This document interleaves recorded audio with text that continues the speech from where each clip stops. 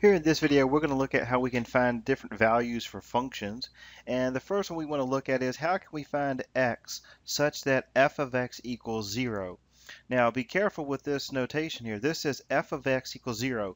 Realize in the previous video when we had something like, say, f of 2, and if we have our function down here, f of x equals 5x plus 1, then that means we're going to take 2 and plug that in for x, and we would end up with 5 times 2 plus 1. So in other words, that would be 10 plus 1, so we would end up with 11. Or if we wanted to find f of 0, that means we're going to plug 0 in for x, and we would have 5 times 0 plus 1. So 0 plus 1 is simply 1. Now here, though, it says we're looking for not f of 0, but f of x equals 0. So that means we're going to take f of x, and again, think of this as your y value. So essentially we're saying y equals 0. So here in f of x, we're going to make that 0 equals 5x plus 1. So we're substituting everything, we're substituting 0 for the f of x. So we want to find our x value. So now we simply solve the equation for x. So therefore we're going to subtract 1 from both sides. So if we subtract 1 over here, you're going to get a negative 1 equals 5x. And then we can divide by 5. So therefore x equals negative 1 divided by 5, or negative 1/5. So what that tells us, if we evaluate the function now at a negative 1/5, for example, we can take and we could check this. F of negative 1/5 says we're going to have then 5 times negative 1/5 plus 1. So 5 times negative 1/5, well, that's going to be a negative 1 plus 1, and certainly that does equal 0. Okay, so that's just a way that you can check your answer. So if we plug this answer back in, because we let f of x equal 0, then here our answer should be equal to 0. All right, we want to do the same thing with this function. F of x equals 12 minus x squared over 5. Once again, we're looking for x where f of x is equal to 0. So we're going to set the whole quantity equal to 0. So we would have 0 equals 12 minus x squared over 5. Now, what's going to be your first step? Well, we need to get the 5 off the bottom, so we could certainly just multiply both sides of the equation by 5, and we would get 0 equals 12 minus x squared, because the 5's would cancel each other out. And now we want to get x squared by itself. Because the x squared is negative, I'm going to add x squared to both sides. So then over here, we're going to get x squared equals 12. And if we add the x squared on the right, the x squareds will cancel out. And then we need to take the square root of both sides. And hopefully you remembered what's wrong here. We need to take and put plus or minus. So therefore, x is equal to a positive or negative square root of 12. Now, I'm okay if you leave the answer in this form here with the plus or minus the square root of 12. Now, you're probably going to find that they're going to simplify this, where we could write this as x equals plus or minus. Well, keep in mind the square root of 12, we could think of this as 4 times 3, because 4 is a perfect square. The square root of 4 is 2, and then you're left with the 3 underneath the square root. Now, most likely you're going to find your answer written like this if you look in the back of your textbook, or if you're looking at the quizzes or practice problems in Blackboard that are multiple choice. So make sure that you can actually simplify these square roots. So key thing is here is your answer could be positive or negative 2 square root of 3. Okay, very important. If we take the square root here, you have to plug in plus or minus. All right, here once again we have an example where we want to find the value of x for where f of x is equal to 0. So again, we're going to substitute 0 in for f of x. Now I'm actually going to write it, instead of putting 0 equals, I'm going to write the equation first. It doesn't matter the particular order. I'm going to write it as x cubed minus x squared minus 4x plus 4. Now, once again, instead of putting equals 0 here, I'm just going to switch it around because I think most of the time you're used to seeing the equation with the 0 on the right-hand side. Now, how do we solve for x? This may be a good review for some of you with factoring. If you notice here, we do not have any like terms. We have an x cubed and x squared, x to the first, and then we have a term with x to the 0 where we do not have an x term. So how do we solve for x? Well, typically if we have four terms like this, we're going to factor by grouping. So that means we're going to take the first two terms, x cubed minus x squared, and we're going to group the first two terms together plus the second two terms grouped together, which would be a negative 4x plus 4.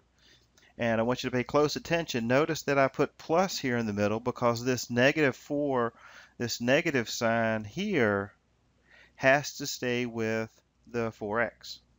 Okay? Now, with the grouping, what can we do? Well, we now have x cubed minus x squared. We can factor out an x squared, and we would be left with x minus 1. And now we have a negative 4x plus 4. Because this is a negative, I'm actually going to factor out a negative 4 instead of just a positive 4. The first term's negative, so I'm going to take out a negative with it. And if I factor out a negative 4, then we're going to be left with a positive x. But then when we take a negative 4 out here, we're going to be left with a minus 1.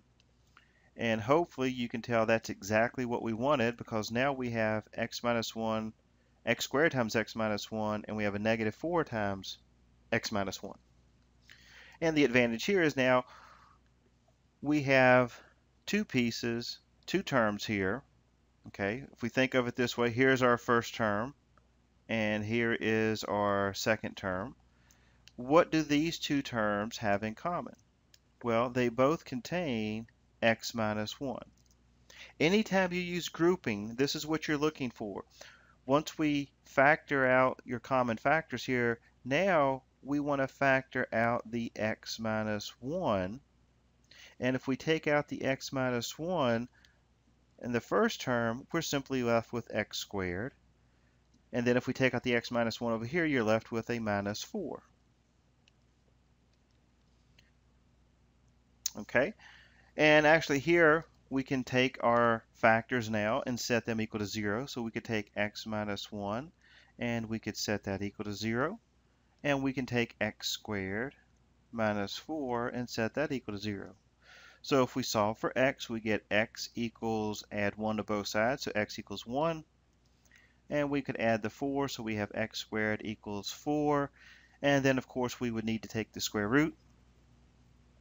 So when we take the square root again, we're going to have plus or minus. So that's why the answer turns out to be plus or minus 2. So here in this case, we end up with x equals 1 and x equals plus or minus 2. So we have three answers for x that will make this function equal 0. And it's a good possibility. If you notice the original function here, we had a term that was x cubed. Well, that's typically going to tell you that you have a possibility of having three answers. Now, that doesn't mean that you will always have three answers, but it's a possibility that you will have three answers for this function to be equal to 0.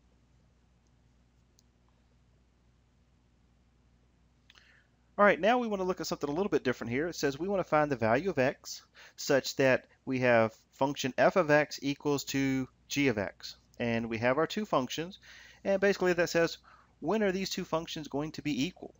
For what value of x is going to make the two functions equal? Well, instead of just trying to randomly plug in numbers and find out what's going to be the same, we can simply take the two functions and set them equal to each other. So if we take x squared plus 2x plus 1, so that's our f of x, and then we're going to set that equal to g of x, which is 7x minus 5. And now we simply solve for x. Well, if we're going to solve for x, then we need to set the equation equal to 0. So we're going to start with x squared, and we want to subtract 7x from both sides. So 2x minus 7x, we would be left with a negative 5x. And then we want to add 5 to both sides. So then we have 1 plus 5, which would leave us with 6. So x squared minus 5x plus 6 equals 0. And now we have a nice trinomial that hopefully we can factor. So we would have x times x. That gives us our x squared. And now we want to look at, here we have 6. What two numbers can we multiply together to get 6? Well, we could have 1 times 6 or 2 times 3. But we want to figure out which of those could we end up with a negative 5. And because this is a positive 6, that means that both of these signs have to be the same. So in other words, we're looking at a negative 1 times negative 6, a negative 2 times a negative 3, because a negative 2 times negative 3 gives you a positive 6. And if we add negative 2 and a negative 3 together, that's going to give you a negative 5. So therefore, we would end up with x minus 2 and x minus 3. So we want to double check this. X times x is x squared. And then when we multiply here, we get negative 3x. And then here we get a negative 2x, which gives you the negative 5x. And then negative 2 times negative 3 gives us the positive 6. So now we have our two factors multiplied here equal to 0. So we could simply set x minus 2 equal to 0 and x minus 3 equal to 0. So we solve and we get x equals 2 and x equals 3. And once again, if you notice in the original up here, once we set them equal to each other, we had an exponent up here of 2. So that tells us it's possible that we're going to end up with two answers. All right, we have one more example, and we're looking at the same thing as before. We want to take and set f of x equals to g of x. What values of x are going to make these two functions equal?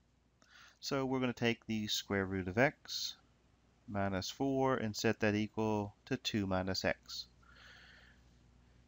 Well, the first step is we need to get rid of the square root. Well, to do that, we typically want to get the square root by itself. So we take square root of x equals, well, if we add 4, then we're going to end up with adding 4 to both sides. Okay. So we get the square root by itself. So we left with 2 plus 4 is 6 minus x. And now, to get rid of the square root, we're going to square both sides of the equation. So the square root of x, that quantity squared, is going to simply leave us with x. And how do we square 6 minus x? Well, remember, if we're going to square this, that means we're going to have to multiply this out using the FOIL. Okay. Now again, I'm going to use the shortcut. That means we're going to square the 6, which is 36. You're going to multiply 6 and negative x, so that's a negative 6x. But then we're going to double that, so that would be a negative 12x. And you square the negative x, so that's going to be a positive x squared. So again, that's the shortcut for multiplying 6 minus x times 6 minus x. Now we want to set the equation equal to 0. So we have an x over here by itself, so we can simply subtract x from both sides. And we would end up with 0 equals 36 minus 13x plus x squared. And once again, I know for a lot of you, you're used to having the 0 on the other side, so you could certainly just write this and say, well, this is going to be the same thing as x squared minus 13x plus 36 equals 0. That may look a little bit nicer for you. And now we have a nice trinomial that hopefully we're able to factor. So again, we have x times x is x squared. And what's the possibility for 36? Well, we could look at 1 times 36. and then we would have 2 times 18, and what, 3 times 12, 4 times 9. So if you look at all the possibilities that we can multiply and end up with 36, which one is going to give us a negative 13? Now, once again, because this sign here is positive, that means that our signs are going to be the same, and because we want a negative 13, that means that both of these signs have to be negative. So in other words, we're going to multiply the two negative numbers together to get a positive 36, and then we want to be able to add the numbers together to get a negative 13. So it looks like negative 4, negative 9 is going to be our choice. So we would have negative 4, negative 9, and that means x times x is x squared, and then if you multiply here, we get a negative 9x, negative 4x is a negative 13x, and then negative 4 times negative 9 gives us a positive 36. So then the easy part is we set each factor equal to 0, and we get x equals 4 and x equals 9.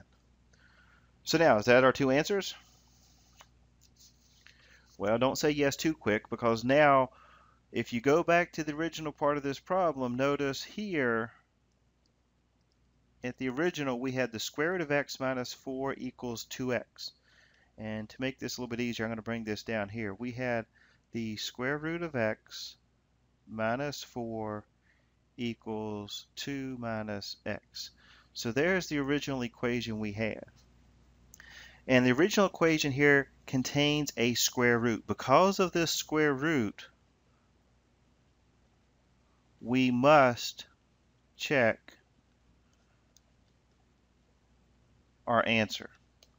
Okay, now again, when I say we must check the answer, that doesn't mean that we're just checking it to see if we're right or not. You must check the answer because it's possible that one or both of these solutions may not work. So if we start off and we want to check 4, so if we're going to plug 4 in, we would end up with the square root of 4 minus 4 equals 2 minus 4. Well, the square root of 4 is 2. 2 minus 4 equals 2 minus 4. And we can see that's going to be correct because we're going to end up with negative 2 equals negative 2. And that certainly checks. So x equals 4 is the solution. Now, what happens if we let x equal 9? Well, we're going to get the square root of 9 minus 4 equals 2 minus 9. And we have the square root of 9, which is 3. So we have 3 minus 4 equals 2 minus 9, and 2 minus 9 is a negative 7. We have 3 minus 4, which is negative 1 equals negative 7. And this here is not true. So this part is not a solution. So that means x equals 9 is not a solution for this equation. So the only answer then is x equals 4. So when x is equal to 4, then these two functions will be equal. So keep in mind, if you have a square root in the equation, you must check your answer. So now here we looked at how do we find values of x when our function is equal to 0, and how do we find values of x if we want to set two functions equal to each other.